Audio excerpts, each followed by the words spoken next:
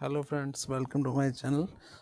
आज हम बात करेंगे अकाउंट्स पेएबल के पूरे प्रोसेस के बारे में। बेसिकली अकाउंट्स पेएबल नाम सुन के ऐसा लगता है सिर्फ पेमेंट से रिलेटेड होता होगा ये चीज़ें, पर ये process starting from the indenting, मतलब यूज़र डिपार्टमेंट जो इंडेंट करता है, रिक्वेस्ट डालता है, वहाँ से लेके और फाइनेंस डिपार्टमेंट की पेमेंट रिकन्सिलिएशन तक जाता है।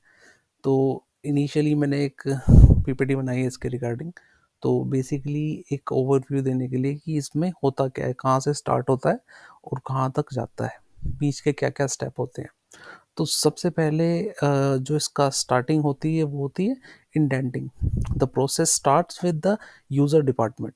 जैसे सपोज मैं किसी कंपनी, हर एक कंपनी में अलग अलग डिपार्टमेंट होते हैं। किसी कंपनी में एक डिपार्टमेंट है, सपोज अकाउंट्स डिपार्टमेंट। अकाउंट्स से हम एचआर डिपार्टमेंट मानते हैं। तो एचआर डिपार्टमेंट एक इंडेंट डालता है, उसको मंगवाना है स्टेशनरी आइटम। स्टेशनरी में बहुत ही छोटा सा कॉमन आइटम, उसको फाइल्स मंगवानी है, बॉक्स फाइल। ठीक है। तो उसने इंडेंट डाला 100 बॉक्स फाइल्स का।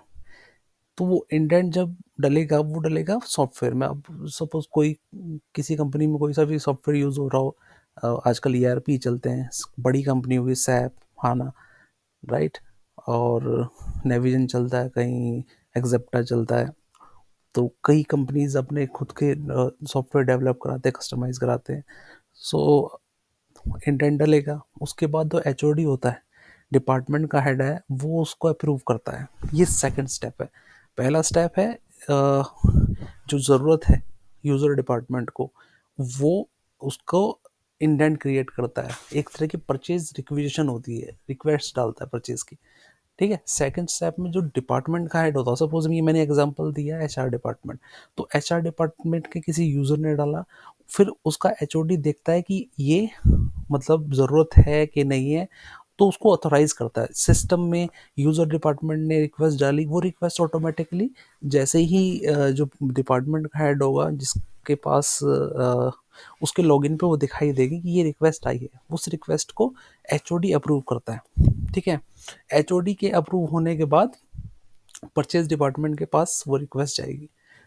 परचेज डिपार्टमेंट, ये मैं एक्चुअली क्या है ना, मैंने एक बहुत छोटा सा एग्जांपल दिया है एक स्टेशनरी का। अदरवाइज बड़े बड़े आइटम, मशीनरी तक खरीदी जाती है। एक डिपार्टमेंट कोई मशीन खरीदनी है किसी को, तो उसका भी सेम यही प्रोसेस होगा। तो उसमें क्या होता है कि अब परचेज डिपार्टमेंट वो 3 कोटेशन लेके आएगा। कोटेशन एक तरह से, अब जिसको नहीं पता उसको बता देता हूँ। कोटेशन किसी भी चीज़ को परचेज करने से पहले जो अ, मतलब सेलर होता है, कंपनी का परचेज डिपार्टमेंट सेलर को अपना रिक्वायरमेंट बताते हैं। तो सेलर जो है अपने प्राइजेस देते हैं, एक बकायदा एस्टिमेट टाइप का होता है ना। तो वो अपने कोटेशन देते हैं, कोटेशन बोलते हैं उसको। उसमें वो देते हैं कि ये आइटम, ये स्पेसिफिकेशन का बकायदा एक पेपर पे होता है, और इसका मतलब इतना प्राइस होगा, उसके टर्म एंड पेमेंट के कंडीशन क्या रहेंगे, राइट। तो वो कोटेशन होती है। तो परचेज डिपार्टमेंट मिनिमम 3 कोटेशंस लेके आता है, जो कि वो आगे सबमिट कराता है। ठीक है। ऑथराइज जो पर्सन्स होते हैं, ऑथराइज्ड जो सिग्नेटरीज हुए या जिनके हाथ में है उसको अप्रूव करना, राइट। तो वो उसने ज़्यादातर फाइनेंस के पास होता है अप्रूवल। ठीक है। तो ये कोटेशन आ गई जो एट सबसे कम कोटेशन होती है। सपोज 3 कोटेशन आई, एक आई 50,000 की, एक 40 की, एक 60 की। तो 60,000 वाली जो कोटेशन होगी ना, उसमें मोस्टली उसी को अप्रूवल मिलेगा जो लीस्ट कोटेशन आएगी, उसको अप्रूवल मिलता है। ठीक है। रीजिंग परचेज ऑर्डर, फिर परचेज डिपार्टमेंट जिससे सबसे कम कोटेशन आई है उसको परचेज ऑर्डर इशू करता है। ठीक है। जो सेलेक्ट हुआ है, अ, उसमें सारी चीज़ होती है परचेज ऑर्डर में। कितनी क्वांटिटी है, प्राइस क्या है, टर्म कंडीशन क्या है, कि कितने दिन में पेमेंट करेंगे। परचेज जैसे 30 तारीख को परचेज हुई, तो 30 दिन के अंदर अंदर, 31 दिन या 60 दिन, 90 दिन, ठीक है, कितने दिन का क्रेडिट पीरियड मिलेगा, डिलीवरी कब होगी, और भी जो टर्म एंड कंडीशन है वो उसमें डिसाइड हो जाती है।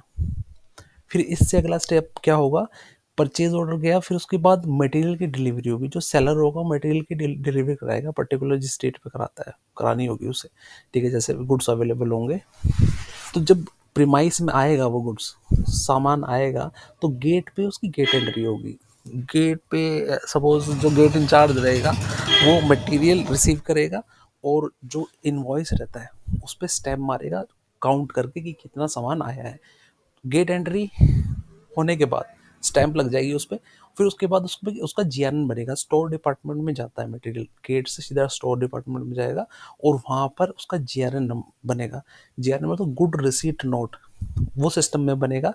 तो गुड रिसीट नोट बनने के बाद, गुड रिसीट नोट में क्या होता है, एक एक आइटम सिस्टम में चढ़ाया जाता है कि इतनी बॉक्स फाइल आई है, इतनी कोबरा फाइल आई है, इतने पेन आए हैं, इतने वो है, तो पूरा का पूरा गुड रिसीट नोट बनता है। ईआरपी सिस्टम जो भी सिस्टम है उस पर चढ़ जाएगा। फिर नेक्स्ट स्टेप रहता है, इनवॉइस अकाउंट्स पेबल या फिर फाइनेंस डिपार्टमेंट में डिपॉजिट होता है जीआरएन के साथ में। उसमें इनवॉइस रहेगा, परचेज ऑर्डर, सारी चीज़ जितने भी स्टेप हुए ना उसमें जीआरएन, परचेज ऑर्डर, कोटेशन, कई जगह कोटेशन भी लगाई जाती है, अदरवाइज कोटेशन की ज़्यादा रिक्वायरमेंट नहीं होती है, ठीक है। पीओ तो साथ में रहता ही है, जीआरएन रहता है, ठीक है। और उसके बाद आता है हमारा settlement of bill with GRN. अब जब अकाउंट्स पेबल डिपार्टमेंट वाला बिल को सिस्टम में चढ़ाता है, तो उसे ये करने की ज़रूरत नहीं है कि एक एक आइटम चढ़ाएगा।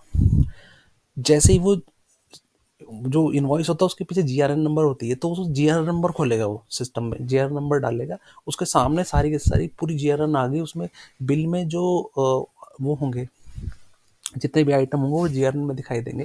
सिर्फ उसको टिक मार्क करना है कि हाँ, जीआरएन में 20 चीज़ें, 20 कोबरा फाइल रिसीव हुई, और बिल में भी कोबरा फाइल 20 है, तो उसको टिक मार्क करेगा, पूरी जीआरएन को बिल से वेरीफाई करेगा और पोस्ट कर देगा। तो यहाँ पोस्टिंग हो जाएगी। पोस्टिंग एक तो क्रिएशन होता है, एंट्री करना, उसको पोस्टिंग राइट किसी और के पास होते हैं जनरली, ठीक है। फिर पेमेंट, लास्ट जो हमारा वो रहेगा पेमेंट का होता है, जब नेक्स्ट स्टेप होगा आफ्टर जीआरएन, सारी मैचिंग होगी, इनवॉइस और जीआरएन मैच हो गए, उसके बाद पेमेंट टर्म्स के हिसाब से 30 दिन या 60 दिन जितने भी पेमेंट टर्म्स है उसके हिसाब से पेमेंट होती है। फिर पेमेंट में be require authorization by authorize personal and management, payment reviewed and approve before its process. मतलब अगर पेमेंट डाला सिस्टम, ठीक है, मतलब इनवॉइस डल गया, फिर उसके बाद पेमेंट की एंट्री हुई, पेमेंट की एंट्री अलग करता है और उसको अप्रूवल कहीं से होती है, पोस्टिंग कहीं से होती है, ठीक है। एंट्री होगी, फिर उसकी पोस्टिंग कराने अथोराइज के राइट किसी और के पास होते हैं, ठीक है। फिर पेमेंट एग्जीक्यूशन, वो किस कोई कंपनी इलेक्ट्रॉनिक करती है, मतलब आरटीजीएस कराती है, कोई चेक से देती है, वो लास्ट प्रोसेस ये होता है। और पेबल में अगर देखा जाए, फिर लास्ट में पार्टी से रिकन्सिलेशन, वो बहुत लास्ट की बात है, वो ऑडिट के टाइम पे होता है, अदरवाइज पेबल का ये सारा प्रोसेस होता है, ठीक है। होपफुली आपको समझ आया होगा। अकाउंट्स पेबल में जो इंटरव्यू के क्वेश्चंस क्या क्या हो सकते हैं उसके लिए मैं वीडियो लेके आऊँगा, ठीक है। तो बेसिकली पेबल का मैंने पूरा प्रोसेस समझाया, क्योंकि मतलब जनरली लोगों को पता नहीं होता कि पेबल में क्या क्या चीज़ है। पेबल समझते हैं सिर्फ चेक बनाना और पेमेंट करना पेबल में आता है, ऐसा नहीं है, पूरा का पूरा प्रोसेस है पेबल का, जो कि इंडेंटिंग से स्टार्ट होता है और कई स्टेप आते हैं इसमें, राइट। तो अगर वीडियो अच्छा लगा हो तो प्लीज़ चैनल को सब्सक्राइब ज़रूर करना, वीडियो को लाइक करना, वीडियो को शेयर करना, बेल आइकन ज़रूर दबाना। और भी बहुत अच्छे अच्छे वीडियो और इन्फॉर्मेटिव वीडियो डालाता रहूँगा मैं, ठीक है। अभी के लिए गुड नाइट, बाय बाय।